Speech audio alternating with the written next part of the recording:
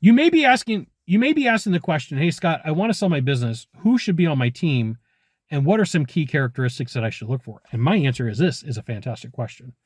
I'm Scott Sylvan, coming to you live from Consulting Secrets on a perfect day to talk about business, growth, opportunities, selling your business, building an M&A team, and a fantastic day to talk about you. All right, so you've spent 10 years, 20 years, 30 years, 40 years, 50 years, 60 years building your business, and now you're like, it's time for me to get out. But you want to do it the right way, and you want to shoot for the maximum multiple. And the maximum multiple is this. If you can get an A+ deal out of the market where everybody else is getting a 4 to 6 multiple, or you're getting a 7 to 8, and you're getting more than them, that's a max multiple, right? And every deal is going to be a little bit different, so I can't guarantee it. It just depends upon quality of earnings and how your company's ran. But there are people that you want to put on your team, and you want to figure out a slot and a position for them. So one of them could be a deal project manager. One of them could be the person who's going to be in charge of moving everything along. In due diligence, there's a lot of paperwork, there's a lot of information, and you could task this person as being your assistant. So if you're planning on selling 5 years, 4 years, 3 years, 2 years out, you have time to bring an assistant on, and they get used to looking for things for you, right? You have standard information that they need. You have standard procedures that they're going to go through. And if they start pulling these things every month, it just becomes cadence. It just becomes like, hey, here's what's going on. Okay. Next, you've got a CPA attorney. Not a CPA, not an attorney, freaking both of them combined. And this is the hardest person on the team to find, hands down, because they've got a JD, a Juris Doctorate, and they're a CPA. So whatever a good CPA and a good attorney are paid in your town, your state, your jurisdiction, take those numbers, tie them together. Magic number between $700 and $1,500 an hour. If they're really good, probably $1,500 an hour. Okay. If you're in a bigger city, maybe even more. And the reason I say this is the hardest person on the team to find. This is the person that it's going to take some time and effort, because your selling thesis or your Titan thesis needs to match up to what they're going to do.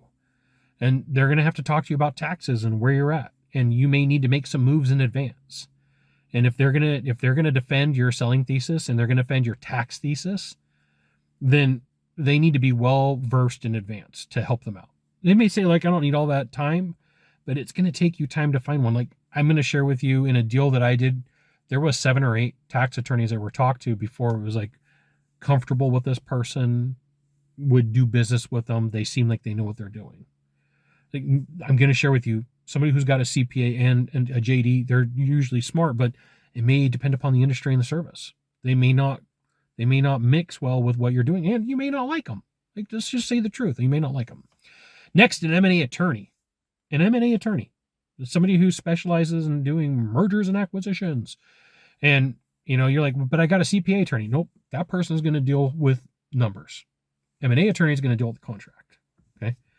And this person's typically easier to find. There's some really good M&A attorneys.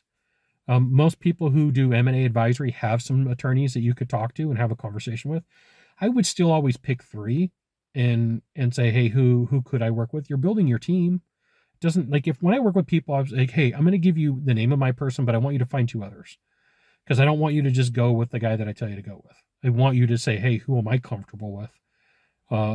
For the reason that I'm not telling you have to, right? It's not a condition. I don't have a condition that when I work with somebody, they have to use my people. It's just a liability on my end, and I don't want it. Next up, M&A advisor. Hey, Scott, are you an M&A advisor?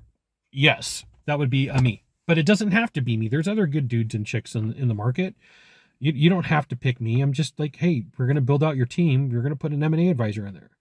And they're going to help you work through the deal and the normal conversations and the struggles you face, and mapping out processes and making sure that you're prepared, making sure that you're, in my case, that you've got a Titan thesis, because that's my terminology. And then on this list, a couple of things that you may not have considered. A personal assistant in your personal life, not in your business, and a personal cook or chef. Because what you're going to find is when you're doing a deal, you've got your 8 hours that you're at the office or whatever you do. Okay. Let's just say you got 8 hours in the office. What you don't want to have happen is you get so stressed out over the deal that you stop eating and you stop taking care of yourself. So on this list too, I'd put a personal trainer. So a personal assistant, not like your business one, a personal cook or chef, and then a personal trainer. because you want to stay maintained and you want to be sharp during the deal. You're going to get tired out. You know, I've been through some deals where I've got emotionally tired out. I've got tired out. And I was like, hey, anytime that I'm in a deal, there's a process that I'm going to follow. You know, I go to bed exactly on time. I eat exactly on, I have my meals prepped because I want to be at the best for a client.